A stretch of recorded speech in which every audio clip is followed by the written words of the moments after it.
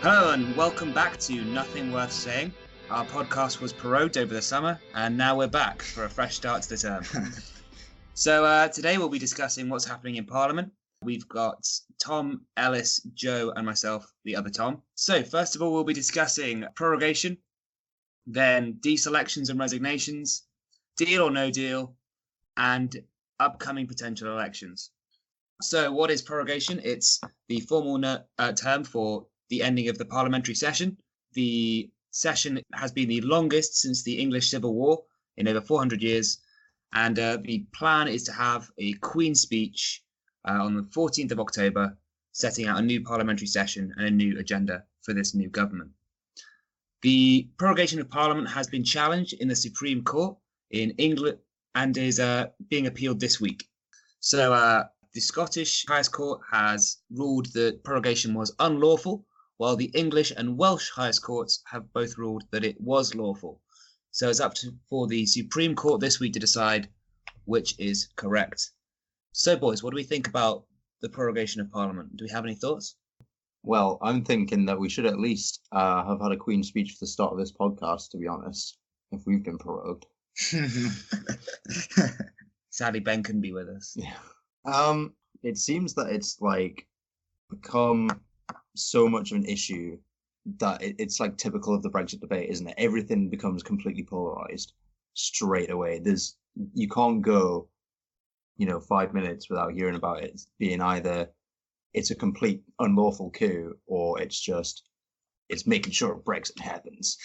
And, it's kind of in the middle of that, isn't it? It's Johnson trying to get his way, but there's a good reason for it in the fact that Parliament's been dithering for 3 years and absolutely nothing's gone on.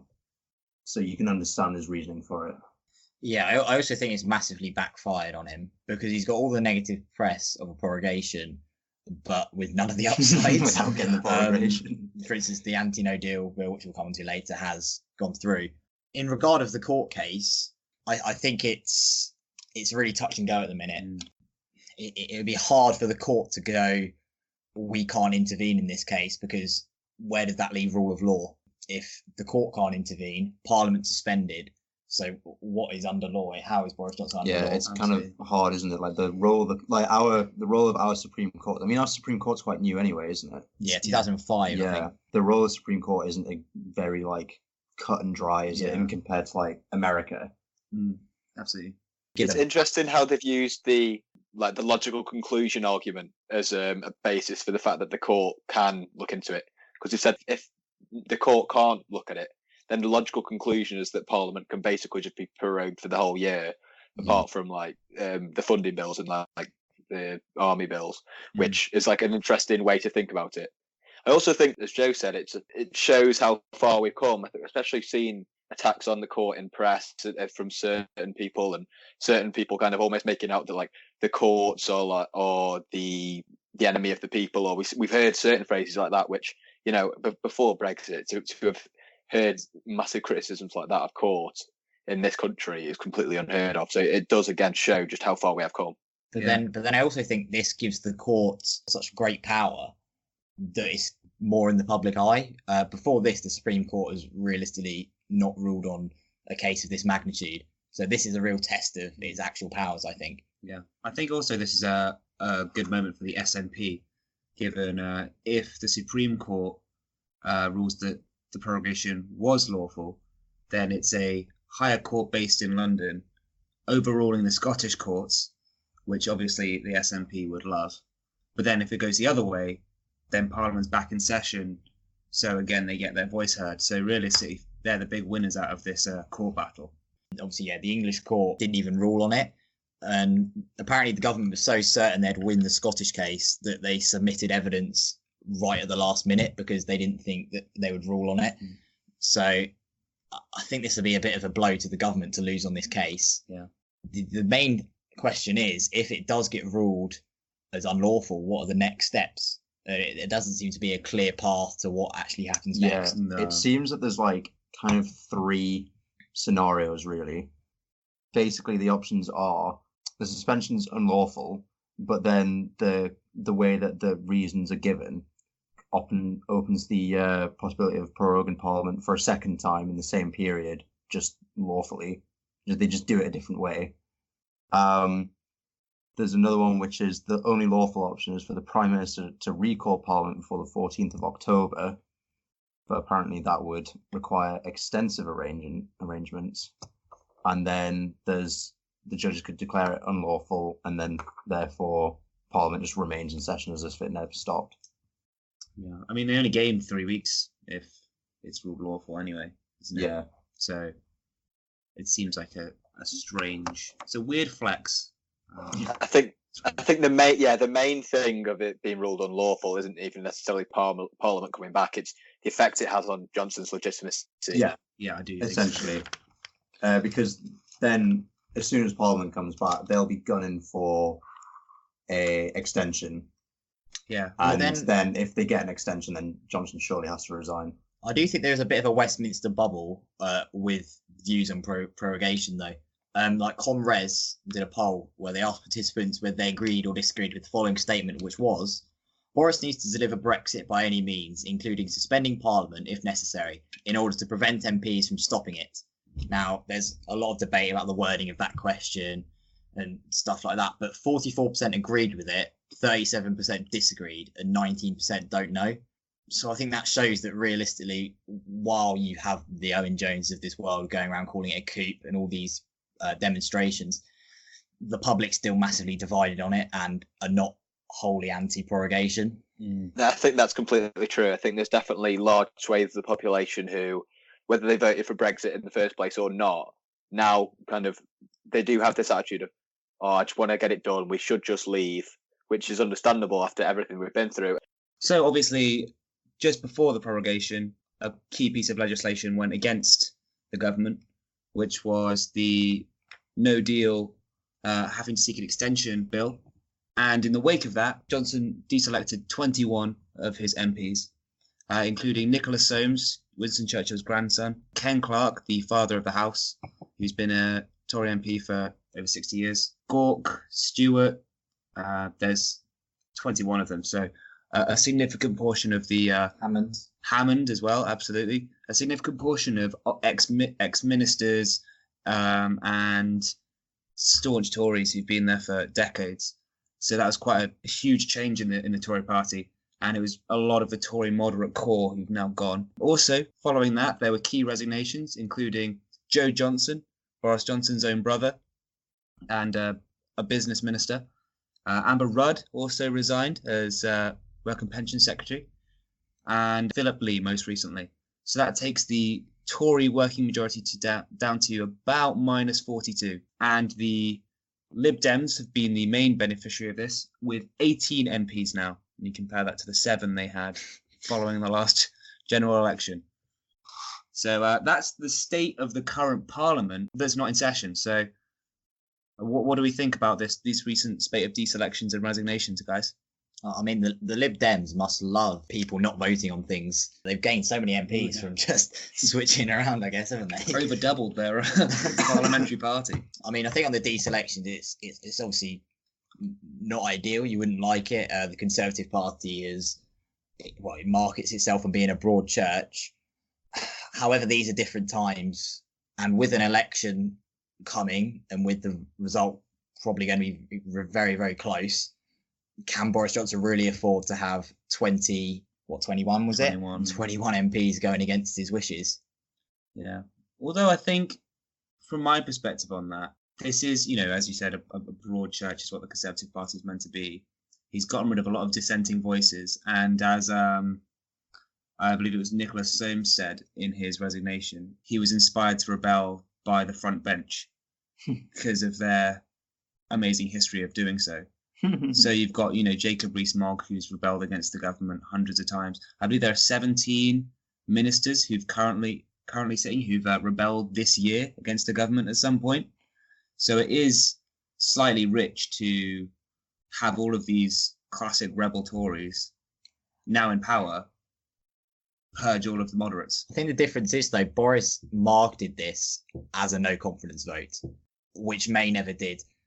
He was sort of leaning off the John Major, what he did with the Maastricht Treaty. In that case, the rebels got on side. Yeah. In this case, they didn't. To Boris, this was a no confidence vote, so he had no other choice, really. Although traditionally, if you lose a no confidence vote, you resign. So he's doing everything he can. He's doing everything he can to not do that. Can't do what John Major did because he no longer has the parliamentary mechanics to make votes on different issues, no confidence votes, does he? I think back then you could basically attach no confidence to any vote that you wanted to, and if it went against you, it'd kind of enact the same response.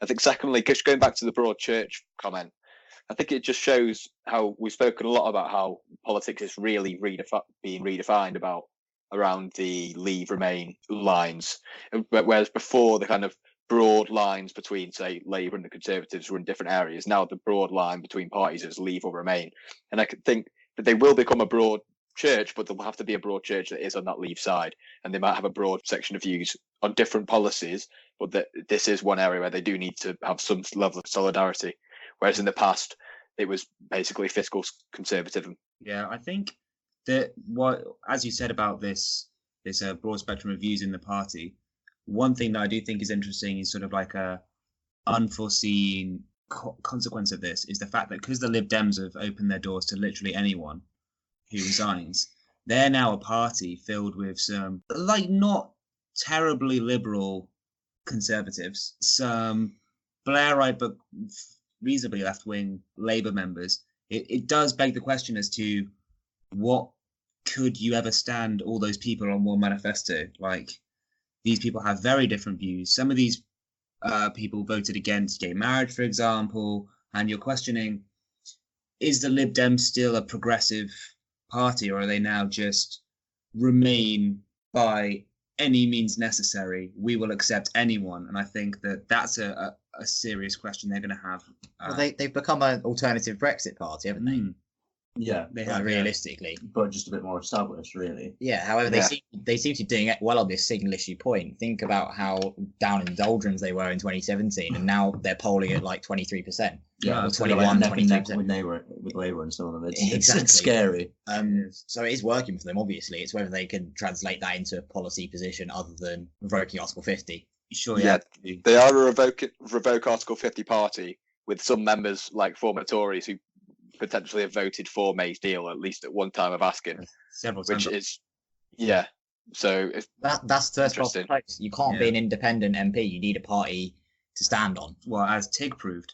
Yeah. Well, yeah, the independent group, they did nothing. The independent group, and then Change UK, and now the Independent Group for Change. Are they just the Anna Soubry party with a member of one, and that's Anna Soubry? Anna Soubry. But she's leader, so that's nice. Wow. And Chucker, and then he left. And then Chucker left and became a Lib Dem, and he's changed party 3 times, and now he's changing seat. It was interesting. There was an article, and they were talking about all the new people that had joined, and they were literally saying, so it's the party of Lib Dems, Labour people who have left Labour, people who have left the independent group because they were upset they didn't get voted leader, people who have left the independent group because they're upset that they did get voted leader, and now people who are upset that they can't, they've been kicked out of the Tory party. So as you say, I think that's becoming the broad church of UK politics now. It really has. It's just the outcast group, isn't it? Yeah, I think also it is interesting trying to style the deselections as a Brexit issue, given that so many of the people voted for the deal so many times. And well, for example, Hammond was one of, in some ways, an architect as well of the deal, and he voted for it 3 times, and then now has been deemed not Brexity enough, and so has been deselected. And that's the thing, isn't it? Because like Johnson always says that he's going to go for a deal, and he believes that he can negotiate one. And I don't think that he's crashing towards a no deal. A lot of people think that he just wants a no deal. He wants to leave. He's suspending Parliament so he can just get out. I mean, I don't think he's trying to do that. I think he, may try and ratify May's deal a little bit. But it is funny that all the people that he seems to have deselected were the people who voted for the deal that he pretty much wants to put through. Yeah. Well, I mean, one of the MPs who was deselected had never rebelled against the party before, and this is his first rebellion, and then he was deselected.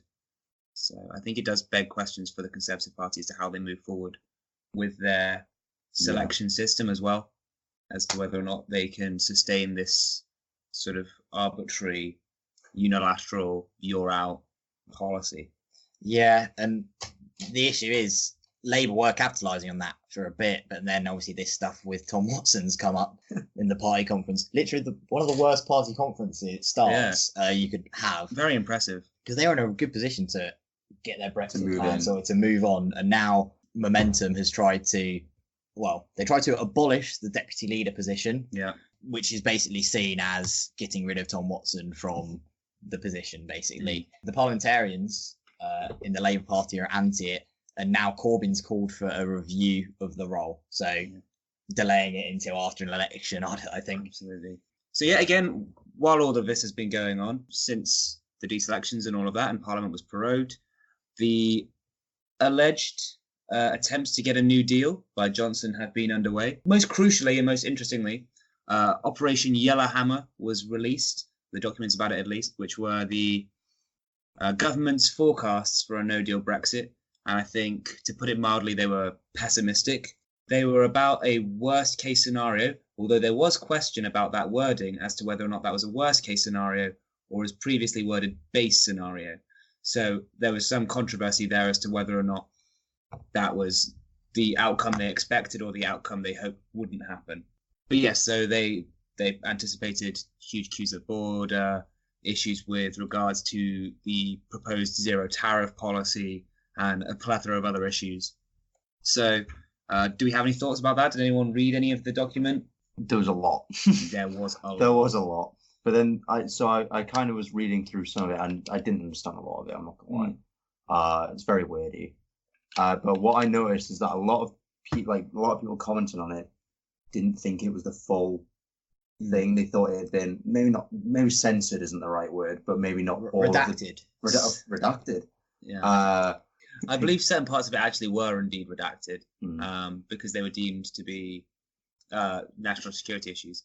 But also this was almost exactly in line with a previously leaked version of it that was released about a month ago, but the name was changed. Yeah. I think that was the key difference. I think what the government will say on this was this document was before... outdated. Yeah, it's an outdated document. And obviously the government has pledged, 2.1 billion in no-deal planning. So they will argue that, okay, this was the worst-case scenario, but we are mitigating the circumstances. But either way, this document does look pretty bleak. Yeah. Also, I think the most important thing about the document, arguably, is the fact that all the experts were saying, we're not really very surprised by this. This is pretty much what we've been saying the whole time. But the difference is now, rather than being able to blanket say that they were just spouting Project Fear, you've now got a government document to say they were spouting fairly accurate information. Yeah, I mean, it won't change anything because the Brexiteers they've got a sound argument. The Remainers have the document they wanted, so nothing changed. There's all these big revelations, but in the climate we're in, it doesn't affect anything. There's always going to be that 40% of each side that aren't really going to change their position. I mean, if you look at all the comments on Twitter underneath the documents, like publicization, where they're all like, Project Fear now, this is the old government, the civil service acting against Brexit, all of that sort of stuff. So I mean, there's always going to be people I've got a mate at home who's quite he's very pro-leave, and every time I say to him, like, just read this, it's like an economist's view on what could happen, and it doesn't look too good. He always comes back to me with, they were wrong before. Yeah, all this stuff that they said was going to happen after we voted leave didn't really happen. So they could be wrong again, which is a fair enough point, really, because everyone was terrified that pretty much the day after the vote, Britain would just collapse. Yeah, I mean, as soon as we had those images of the pound sinking, everyone just panicked for a bit. Well, again, you have got, obviously there is radical leavers, but there's also radical remainers. As, absolutely. There was a Guardian article on it, which was really good to read. But again, as you were saying, in a hypothetical second referendum, after all that's happened, Remain at 49%, Leave at 44%, undecided 7%. Exactly. The core groups haven't changed their views at all.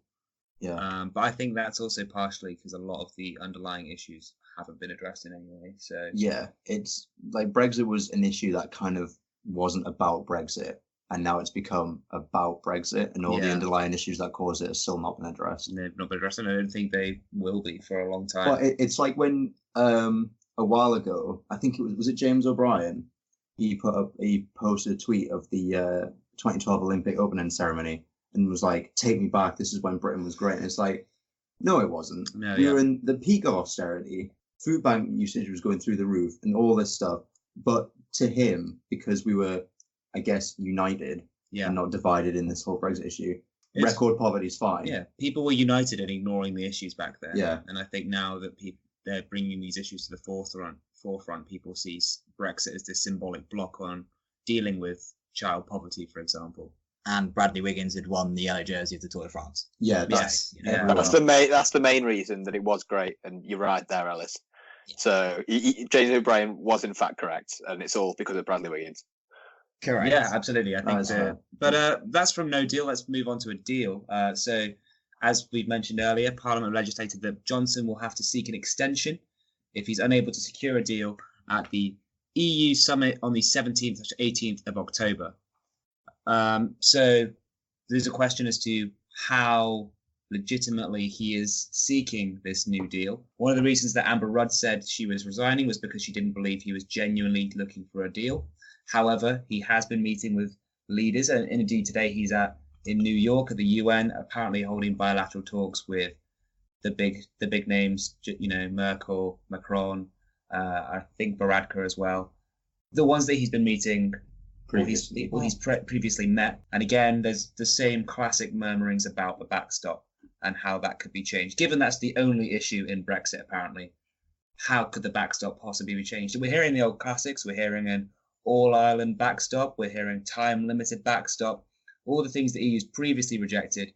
But I guess there is a question as to whether or not he can achieve these. What do we think about that?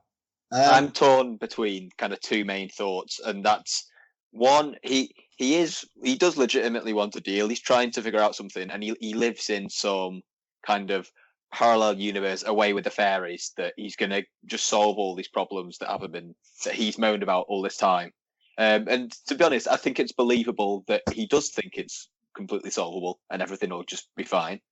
I think the other more realistic scenario is that all this stuff is just bluster to try and make it look you're getting a deal, when realistically he'd be quite happy to just get out with no deal. If you look at the promises he's made, are we will leave no matter what. And the things about getting a deal are very, it'll be fine, don't worry about it, it'll all get sorted, blah, blah, blah, blah, like that. Nothing concrete. So I think that points definitely towards, to me, he's quite happy with no deal. He's gonna at least have a bit of a crack, and if by some miracle something falls in his lap, great, he's amazing. He's some amazing negotiator, and he'll run with it. But I don't think that's realistically a scenario that's probably going to come out of it. I think one of the most kind of, not telling, but something that does make me feel a bit like I'm not too confident that he's either looking for one or going to get one, is that he basically cut the negotiating team in half, didn't he? Yeah, there's 6 of them now. Which, I mean, it took that long to get, what was it, November 2018, when the withdrawal agreement came through. So, yeah, you cut the team in half. What's that going to do? I don't think he is.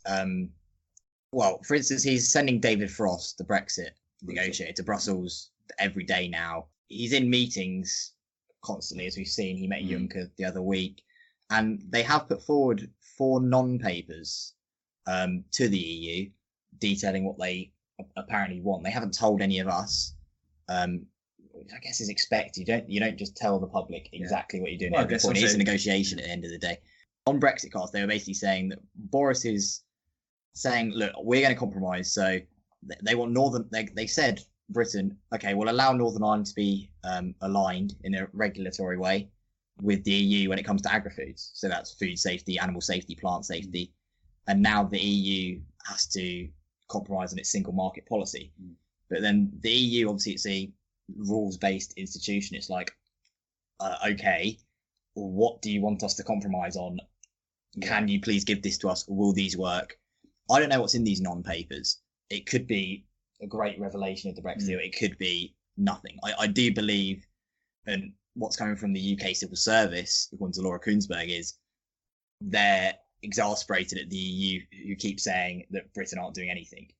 They're saying, which we are trying our best. But they just need specifics. We've outlined what is wrong with the backstop.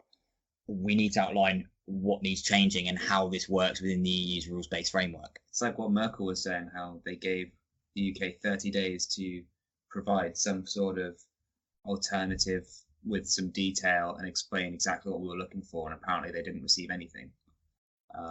The key's Dublin. If Dublin agree, the rest of the EU states will agree. And if the rest of the EU states feel there is a concrete proposal on the table, they might put some light pressure on Dublin because obviously they want to mitigate the risk of a no deal. It just depends. We need to wait and see what is in these non-papers, basically. I think for me, regarding whether or not he is or isn't seeking a deal, I would have said he wasn't seeking a deal until Parliament said he had to get an extension. Because for him, up until that point, well, no deal's on the table. He prorogued Parliament, so he was very safe in that he could have his no deal. He could get the Brexit that he wanted and get his majority after an election.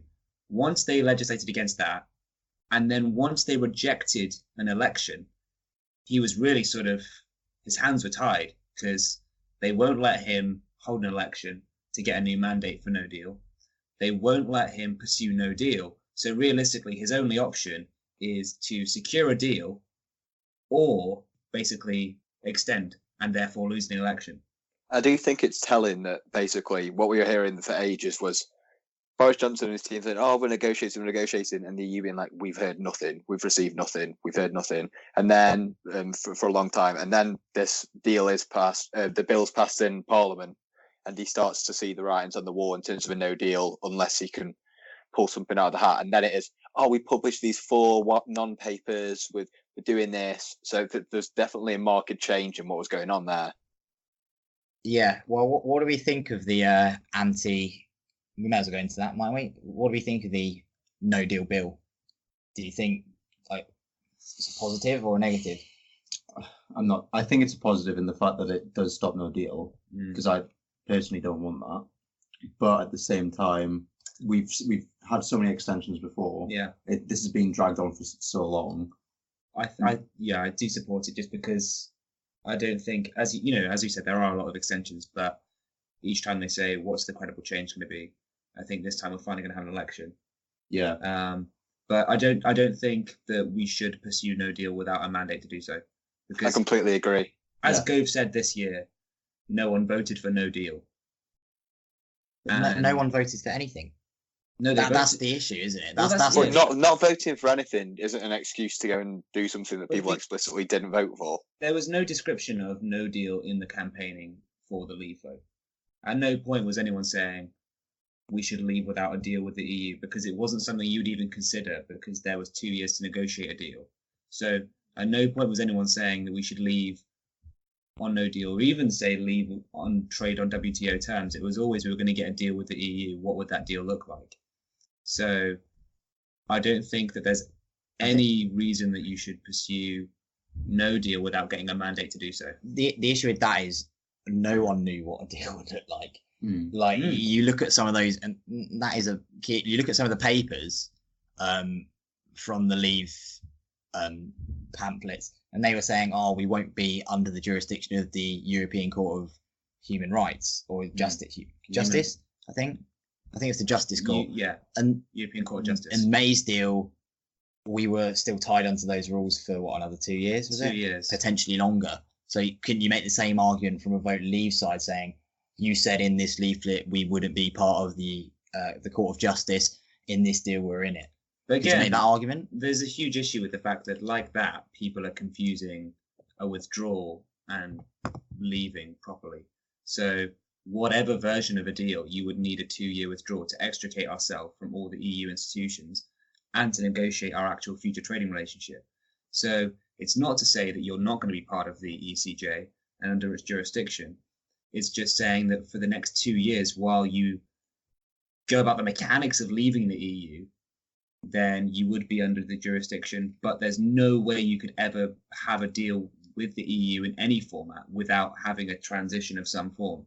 So I get that perspective, but I think that that's been emblematic of the problem this whole time, is that people haven't understood that there's a difference between a withdrawal and our leaving the EU properly. Well, again, it's the same with the no deal. People saying it's a clean break, like Farage. That's absolute fallacy. We'll have to get some agreement with the EU, otherwise. It's arguably the dirtiest break. Yeah. Because you're going to then have to negotiate every single sector individually, and you're building up towards an agreement rather than down from an agreement. You're going towards alignment rather than away from alignment. So it's just the dirtiest break humanly possible. Yeah. And then you get all that bonus queuing at Dover. Yeah. That's fun too. But so speaking of all of that, one of the big things that's possibly coming up would be an election. So we are in a very, very unique situation in that the government has no working majority, and they've asked for an election and the opposition have rejected it, which I don't think It's a bit weird, isn't it? anyone anticipated would happen in another situation, but here it made a lot of sense. So I think everyone is gearing up towards an election. We've got the party conferences going on right now, trying to figure out whose policy is what. And I think we'll probably be seeing one in November, which was in line with some of our predictions from our previous podcast. So now he'll be forced to extend or resign, I suppose, before he can hold an election. So what do we think is going to happen there, guys? How do we think the parties are standing and gearing up for this election? I mean, Ellis, you've seen a lot of poll data as well, haven't you? Well, I think the extension could be a mistake because they require Boris Johnson to hand the letter. However, he's still Prime Minister, and when they ask for a reason, he could turn around and be like, "There is no reason," because they've got to take Boris's advice. And I think we're all in agreement that if the leader of the Labour Party wasn't Jeremy Corbyn, Boris Johnson wouldn't be Prime Minister now. It would be election season. The vote of no confidence would have passed. It's because Joe Swinson isn't willing to back him, basically. Yeah. So I think that's a mistake. And also, it basically ruins the Q argument, doesn't it? Because Boris could turn around and be like, okay, let's have an election then. And now they're stopping him having an election. Yeah. But then, at the same time, if Labour can delay the election until after the 31st, then that will be big for them. I think there's a Comres poll. This was on the 7th of September, so it's slightly outdated. This said that Conservatives are ahead of Labour by 3 points. Now, it's important to know that Comres notoriously, for some reason, have Labour at a higher position, but it's still roughly, it's a good outline. So they put Conservatives ahead of Labour by 3 points when asked how they'd vote if an election is held before the 31st of October. However, when voters are asked how they'd vote in an election after the 31st of October deadline, when the Brexit deadline has been extended, Labour go ahead of the Tories by 2 points, and the Brexit Party increase their vote share by 3 points. So that would put Labour top in the polls. Yeah. Now it's slightly outdated, but if that indeed is true, that could be massive in an election. It could be. I think also the polling has been fairly consistent with the Tories out ahead.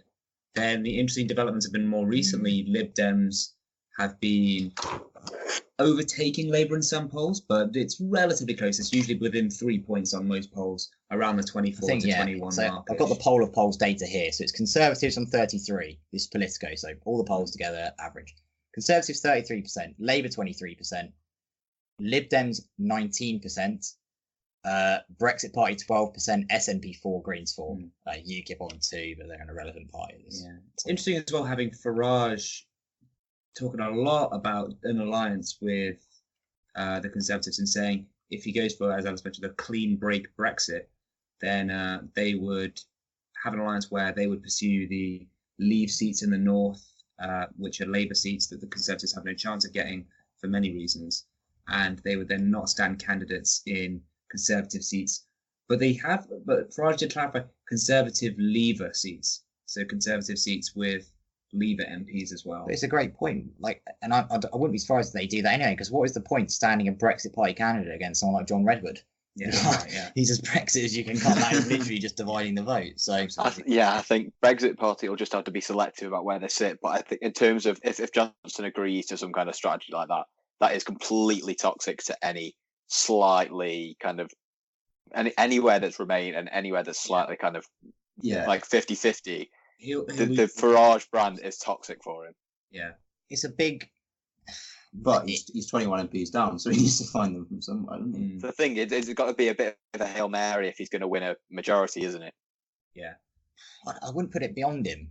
Just simply I think because, it's doable.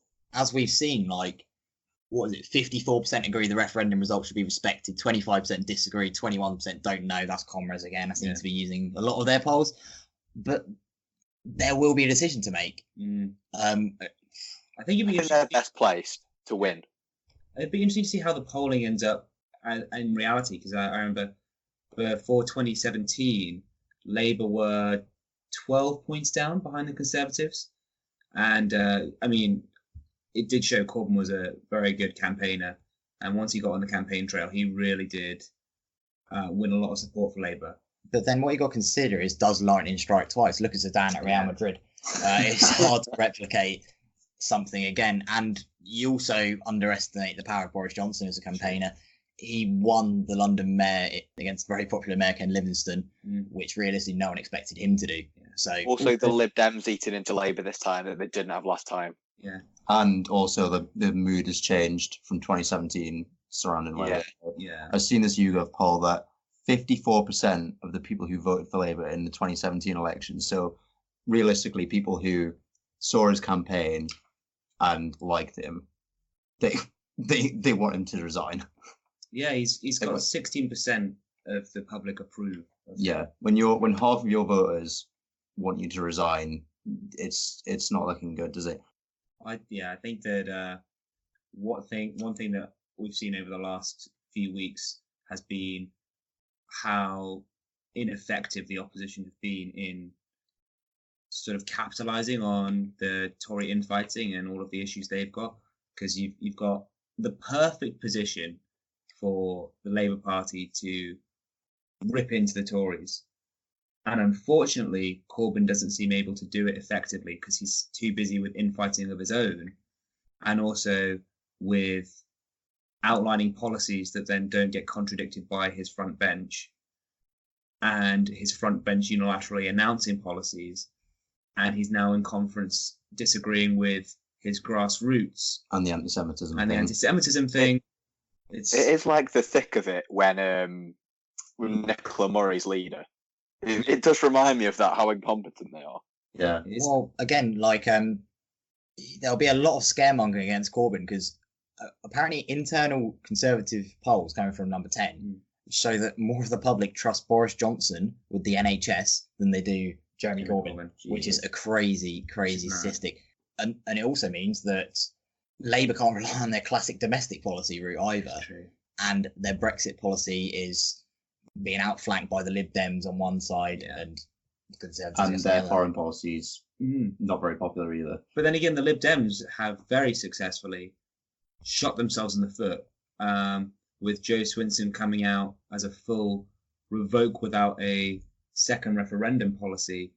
She did say if the Lib Dems get a majority, which obviously would never happen, but still, the idea that they are coming out as not a people's vote in any way or a second referendum, but we want to revoke Article 50 unilaterally party. They've also alienated the sort of soft leave people or the soft remain people who believe in the democratic will of the people and believe that Brexit's just been a bit messy and that we need to get another mandate. And they've alienated the people they would be drawing from the Liberal Conservatives, I think. Yeah, I mean, all sides have alienated themselves. Boris Johnson has alienated vast amounts of his, well, what someone the Conservatives' core support, the small C Conservatives. Corbyn's alienated a lot of people by being so... All the centre-left Corbyns. Yeah, like, it's going to be a tough election in who to vote for and who's going to win. I think it'll be a hung parliament again. Yeah. However, the Conservatives have pulled majority out of the hat before, and it'd be interesting to see how the SNP factor into Labour, in the sense that the SNP could end up giving Labour the keys to Number 10. Yeah. However, they could also turn so many English people away from Labour that they end up... Like in 2015. Well, there'll be a lot of unionists. Yeah. I think one thing that'll be interesting will be, obviously, Cummins has masterminded the referendum result. Be interesting to see how he does in a general election. I've heard some commentators say that he's great in a kind of a one-off more of a referendum spectrum, but when it comes to a general election, yes, has proven, or perhaps they think he won't be as effective in that same scenario. The big So gamble. I think that'll be interesting. The gamble will be whether Leave v Remain divide is more important than party divide. There's probably a lot of people up north who Boris Johnson is counting on to vote for them, who has never voted for the Conservative Party in their life, and they don't want to be seen as being a Tory. I think the reality of the situation in the north has been shown with his recent visits up north, which have been plagued by heckling, people yelling at him. Because one thing that I think the Conservatives would like to sort of draw themselves away from is the fact they did enact austerity for 10 years, and that did hit hardest in the areas they need to rely on in order to win a majority. So all of these northern cities that they really want to get the votes for. And he's doing policies for that. He's doing obviously the train links. He's trying to improve them. Although we'll see about HS2. That could be axed by him.